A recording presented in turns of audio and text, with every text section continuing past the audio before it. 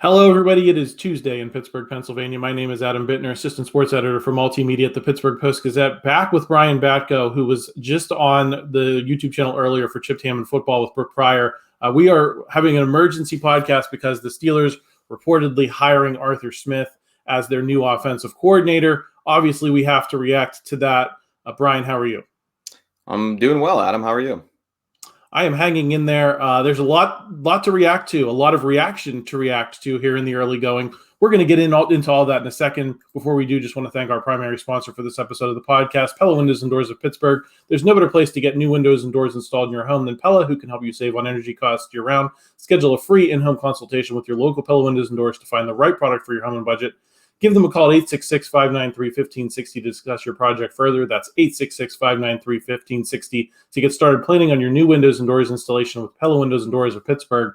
Brian, I'll start here. What's your top line reaction to this hire? What the Steelers' goals were and how well Arthur Smith, the former coach of the Atlanta Falcons, former offensive coordinator with the Tennessee Titans. Those are his two most famous roles that kind of set him up to be the Steelers OC. What's your read on this move just personally? I don't have a big problem with the hire. I don't love the way they got to this point. The Steelers ended up with 3 known interviews. You never know what kind of goes on as far as calls that are made, texts that are sent by Mike Tomlin and company. And maybe guys say, no, it's not a good fit for me. Not really trying to leave the West Coast, not trying to leave, whatever. But as far as people who they actually sat down with and hammered out ideas and gave them an opportunity to present their case to be the next Steelers offensive coordinator, only 3, same number as last time around when they fast-tracked Matt Canada from QB coach to the OC role. They'd also talked to Pep Hamilton and Hugh Jackson that offseason. So I just think a wider net could have been cast. I thought a wider net was going to be cast when it was first reported that they wanted to talk to Zac Robinson from the Rams. It's like, okay, Sean McVay's right-hand man, that makes sense. And then it was Thomas Brown, another Sean McVay sort of coaching tree guy. And then it was Jerrod Johnson, who worked under Bobby Slowick, who comes from the Kyle Shanahan realm. So all of that was sounding good to me. And then they bring in Arthur Smith, and it's like, okay, that works too. This is somebody who's got NFL play calling experience. He's done well with a play action heavy run first offense and, scheme things up to make a quarterback who other people had written off in the league all of a sudden looked like he's very capable in Ryan Tannehill. But I didn't think it was going to end there. I didn't think it was going to be, okay, we talked to Thomas Brown and Jerrod Johnson. We've got these 2 30-somethings in our phone book for down the road. Now let's go ahead and close this deal with Arthur Smith. I suppose when you know, and he does fit a lot of the stated preferences of the Steelers brass in this search. But I think I'd feel better about it had they sniffed around some other candidates, some different ideas, and then circled back to Arthur Smith. Maybe I'm completely in left field with a hockey stick because the Saints were about to gobble up Arthur Smith. I just don't get that feeling from a lot of what had been reported around the league. Teams like the Patriots, Raiders, and Saints had talked to, 10, 11 candidates, and I don't think Smith was even on those lists. So sometimes I wonder if his, profile in the coordinator cycle this year was maybe a little bit inflated, but now he's coming to Pittsburgh. I want to ask you about the stated criteria, Brian, because I think that is the origin of a lot of negative reaction right now. It hasn't been popular on social media, in comments on our Post-Gazette website. I was going to say, everybody seems to hate this hire. I couldn't tell if that's just because it's Twitter and everybody hates everything, but also my brother-in-law texted me and was beside himself. So it's also coming. Well, he's on Twitter too, so maybe that doesn't count. But yeah, not really met with universal acclaim, though, as you know. What is with the Steelers these days in social media? Well, I guess I want to ask the question this way, Brian, which is, it's one thing for Mike Tomlin to say what the stated criteria are and then to stick to it. It's another for the criteria to be bad. And I think there's even some negative reaction toward media members in town that are defending the hire, and defending the professional, work that Arthur Smith has done to this point in his career by saying that the stated criteria is wrong. Just because Arthur Smith matches that doesn't mean this is necessarily a good hire. Where do you come down on that and the fact that the Steelers did diverge from some of these popular coaching trees that I think a lot of Steeler fans were hoping that was the direction things might go here? Yeah, I mean, I think it was about a week ago now, I did a list of a whole bunch of candidates who had previous NFL coordinator and play calling experience. That was fresh off of Mike Tomlin's season wrap-up presser on, what was it, Thursday maybe now? And, he was asked, is it your preference? And he said, yes, where, that sort of put me down the road of, okay, we can pare down the list now, essentially, and eliminate names like a Zac Robinson, like a Jerrod Johnson. And I started getting comments like, well, no, Brian, he just said that's his preference. Why are you marrying him to that? It's like, because if not, it's Mike Tomlin. He probably would have said not necessarily. So, I mean, that was, a signal right there of which way this was going to lead. I didn't necessarily agree with that. So I found it somewhat encouraging when Thomas Brown and Jerrod Johnson were brought in here to sort of give their insights. But yeah, I mean, now you come back to, this is what they wanted all along. And I can understand that from the Steelers' perspective, even if I don't necessarily agree with it. You already went the route of a Matt Canada who had never done this at the NFL level, and it blew up in your face. You had to fire him mid-season, which you simply never do as an organization. So it couldn't really have gone any worse. If that spooked them from the idea of turning this over to somebody who you don't necessarily know what it looks like, you don't have a lot of tangible evidence for how they operate an NFL offense, I can get that. But I just think that you give yourself short shrift a little bit if you don't explore some of these other minds, especially when Art Rooney II said Monday that the McVay and Shanahan offensive systems, which they're not exactly the same. I think they sort of get lumped in. They're sort of parallel trees that often intersect, but he said they're very successful. There's no two ways about it. And then you go and you get somebody who has coached under Mike Munchak, Ken Wisenhunt, Mike Mularkey, Mike Vrabel. And I guess Joe Walton wasn't around in Tennessee during Arthur Smith's time there. So a lot of sort of tangential connections. See a lot of photos from pro days where Arthur Smith and Mike Tomlin are in the same orbit. I remember on the Chip Taman football show, still in season after the Canada firing, and I talked to former Patriots DB Devin McCourty about what route the Steelers should go for their next OC. And I just said, hey, as somebody who's played defense in this league, why wouldn't every team just go out and get the next apple from the Shanahan tree? Because you don't know if you've got the next great play caller until he gets a chance to call plays. So, and he was like, I don't know, really. I think Mike Tomlin needs to go outside of his network maybe for this move. And, that sort of happened, but still a lot of, threads and through lines that we typically see from the Steelers, even in their first outside hire since 2012. You're starting from a pretty good baseline that Arthur Smith is not Matt Canada. But I can understand why a lot of people are maybe not thrilled with the way this all unfolded, even if I do think there are some good bullet points on Arthur Smith's resume, to be honest. Let's get into that a little bit, Brian. Why didn't it work in Atlanta, and why could it work here? I think that's the primary question that a lot of people have. I think part of this too, Brian, is that the shine has come off the Tennessee rose a little bit with the firing of Mike Vrabel, the way things have gone out subsequently. Arthur Smith didn't have anything to do with that, but I don't think Tennessee as a prototype for modern NFL offense, it means the same thing to people that it did 2 years ago. So I think that's part of the reaction, but I think it's primarily about what he did in Atlanta. So I'll just start there. Why didn't it work, and why could it work here as opposed to what he had to work with in Atlanta? I haven't had a chance to dive into that too deeply yet, but surface level stuff, just from what I would read and hear and snippets of the little bit of attention that I paid to the NFC South throughout this season, was the quarterback play just was not good enough. And I think it was this past offseason that Arthur Smith kind of said, look, we're going to roll with Desmond Ridder. We believe in this guy. We're going to develop him. Everything's going to be good. And we know that didn't happen now. They weren't able to get the ball to a top 5 tight end in Kyle Pitts, a first round wide receiver with great size in Drake London, a overused term, but generational running back in Bijan Robinson, who was a first rounder for this Falcons offense. A lot of people this time last year in the draft process were saying, look, you put Bijan Robinson in Arthur Smith's system and he's going to tear up the league.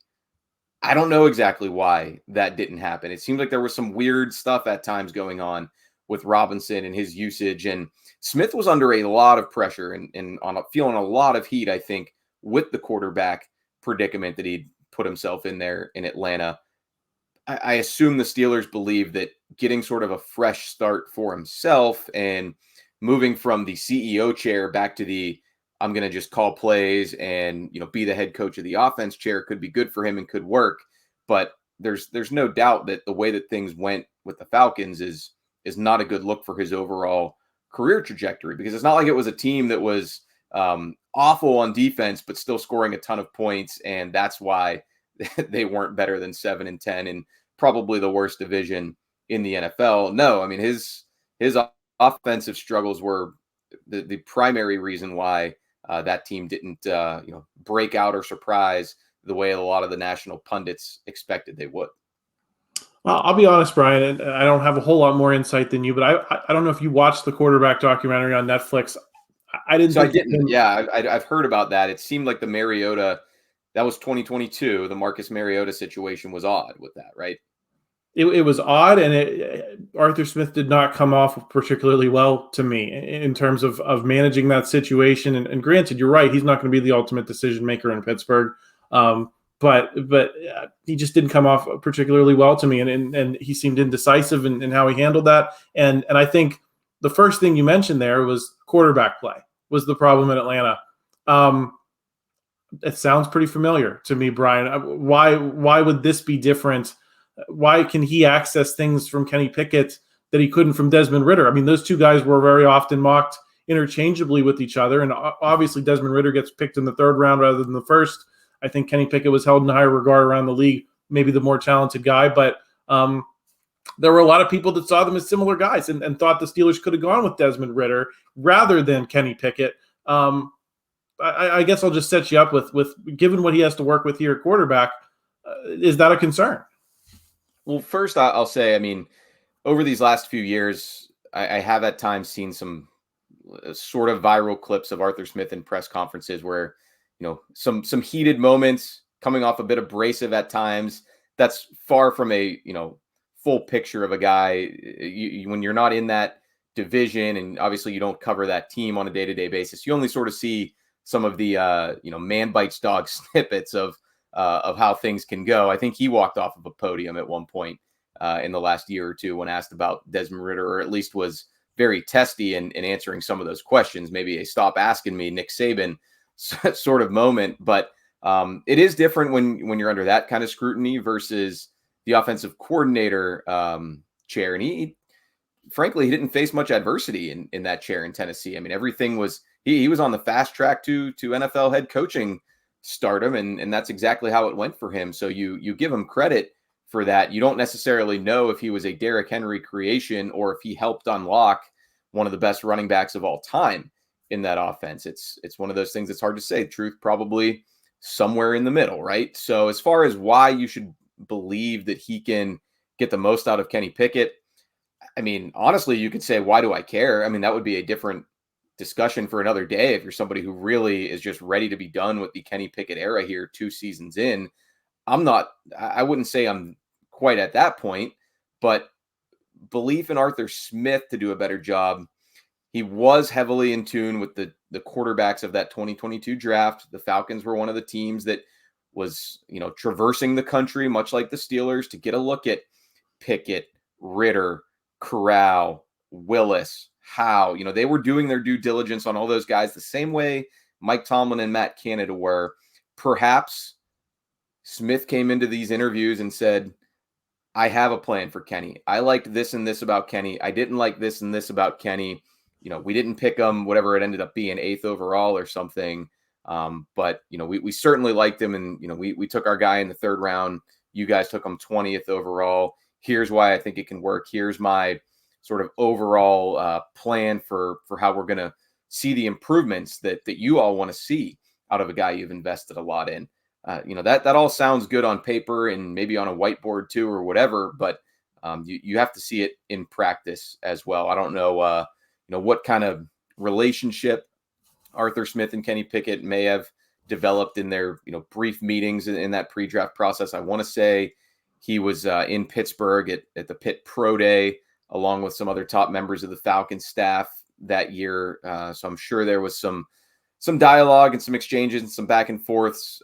I guess you could argue, hey, why didn't they take him when they had the chance high in the first round? But that's just a matter of value, and he still had to come in here and I'm sure say how he's going to work with the personnel on this roster. And Art Rooney II seemed to make a pretty large deal about how that would factor into this search as well. Brian, I want to ask you to get you out of here. I know you got some writing to do.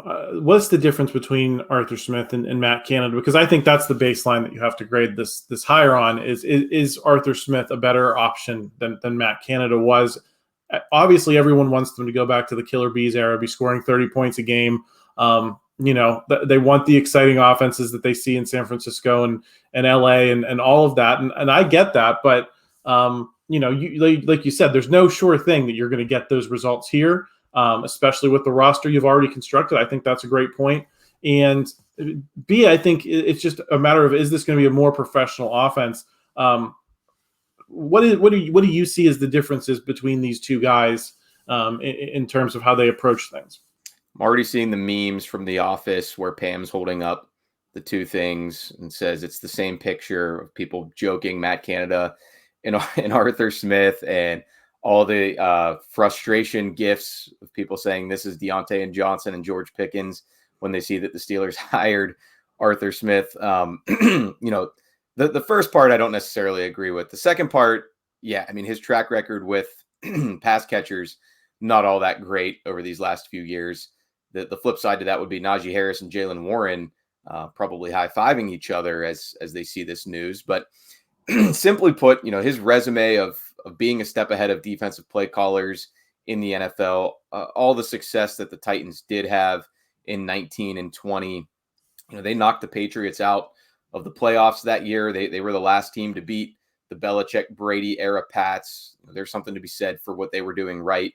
And not just on the defensive side of the ball, but the offensive side of the ball as well. There's one thing we've clearly learned over the 3 years of the Canada experiment here in Pittsburgh is there's a lot that goes into being an NFL offensive coordinator. It's not just having these tricky wrinkles that keep defenses off balance with misdirection. And hey, if you had a good year in college, you can certainly translate that system to the pros and have success. I mean, you've got to have the scheme that works. I'm quite certain that Arthur Smith understands offensive scheme. At this point, none of these guys get as far as they do without that. And he has been in the NFL for the last 14 years, I believe, mostly with Tennessee, which is, rare, offensive coordinators, let alone assistants, jump around so much in the league these days. There was a loyalty factor there clearly from both sides. Or I guess you could argue nobody else was real interested in him. But no, I mean, he stuck around through several head coaches. He's kind of an interesting guy in terms of his background, son of FedEx founder Fred Smith. Probably didn't need to go into the football coaching world, but has a love and a passion for it. So, yeah, I mean, I certainly think he's a step up from Matt Canada. His experience speaks for itself on that front. And yet there are going to be some similarities. I think the Steelers and Titans were Steelers and Falcons were 9th and 10th in pre-snap motion last year. So it's both teams were using that a lot, but what else did we learn from Matt Canada? You have to use it with a purpose, and you have to use it well, not just for the sake of sending a guy across the formation and possibly getting an illegal formation penalty by doing it. So, we'll see what happens. I don't hate it by any means. I'm a little bit in the boat of same old Steelers, the way the process played out. But, if you're somebody who thinks, hey, they had to get this done sooner than later so that they can move on with all the other machinations of their offseason and, make sure that they aren't the last team to hire an offensive coordinator, well, I guess you get your wish in that sense. Brian, I'm going to let you write. I'm going to let you get in the lab a little bit, study a little bit. You're going to be back on the North Shore Drive with Christopher Carter on Wednesday, so we're trying to leave a little bit on the bone there, so you guys have a lot to chat about. So if you enjoyed this video, please like it, help us out in the YouTube algorithm. Please subscribe so you can check Brian out tomorrow, get Chris's reactions as well. And I'll be back with Paul Zeiss on Thursday. I'll get his thoughts. And then obviously Chris also has the North Shore Drive on Friday. So lots more Steelers reaction to this move coming the rest of the week. Thanks, Brian, for hopping on, and thanks everyone for watching.